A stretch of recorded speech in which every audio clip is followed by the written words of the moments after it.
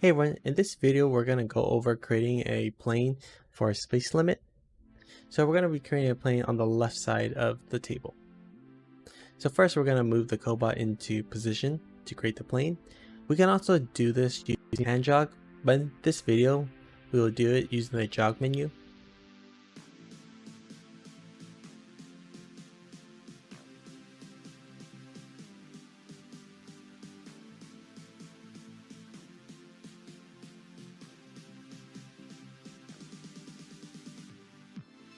So once we're finished moving to position, we can go on Robot or Works on Manager, and then we go Space Limit in the multi-plane box. So now we're going to set up the upper limit of the plane, so the Z height of the plane.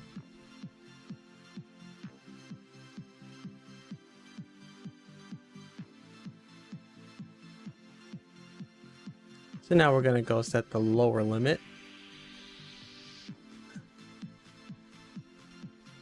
So we can also just put 0.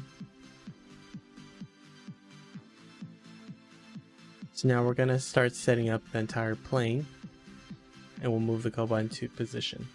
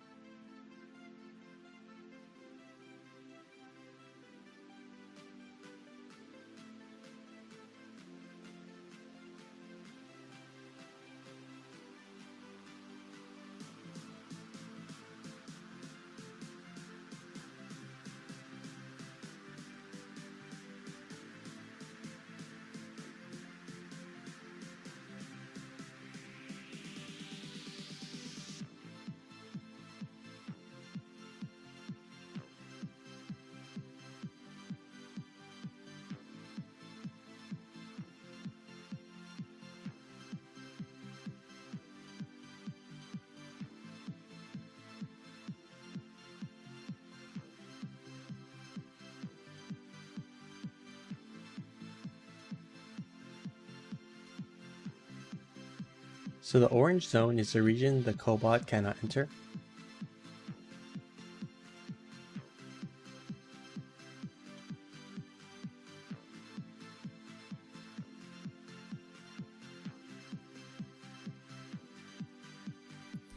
We can move the space limit region to the other side by using the selection point.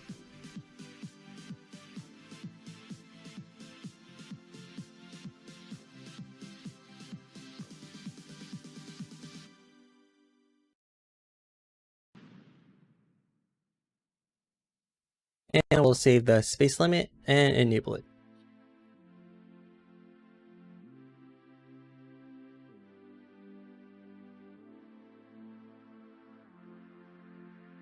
And we get current robot pose violates space limit. So we're going to go open the space limit again.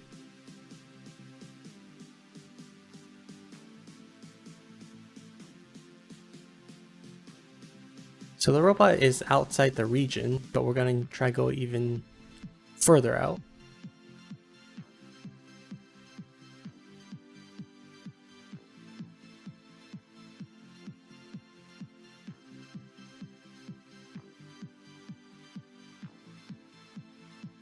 Now we use the selection point again, and that's not what we wanted.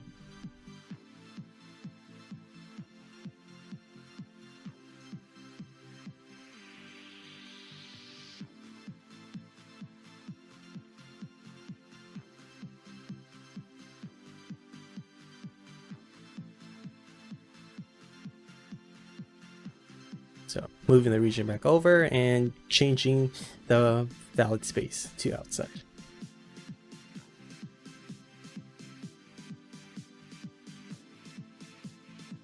Okay, and so now we see the little light bulb there, so that means it's working. If you're already within the space limit cannot be enabled.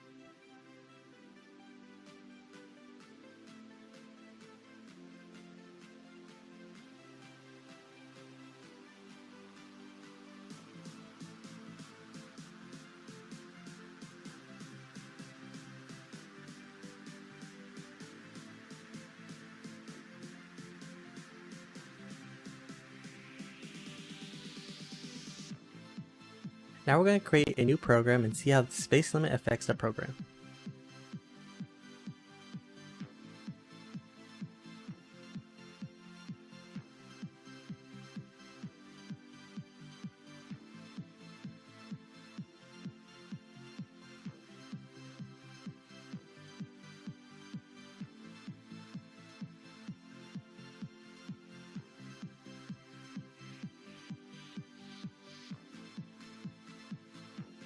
So we cannot jog the robot into the space region, and I'll show that right now. If we do that, we get an error.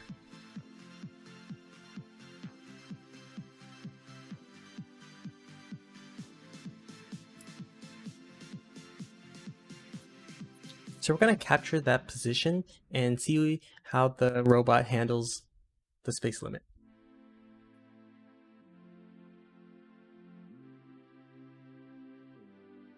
We're going to first try and run it in the simulator and see what happens.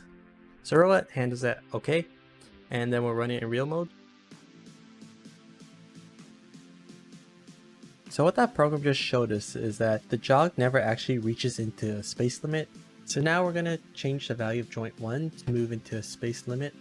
We're going to first run it in the simulator and see what happens. So the simulator does detect that the TCP collides with the space limit. So now we're going to run the program in real mode and see what happens. The robot engages its brakes. So there was a robot position limit violation, which triggers the STO stop, which does trigger the brakes that can be changed under the safety stop modes, which we won't cover in this video. Now we're going to test a program to see what happens when one of the joints violates the space limit. In the previous program, we tested it with the TCP violating the space limit.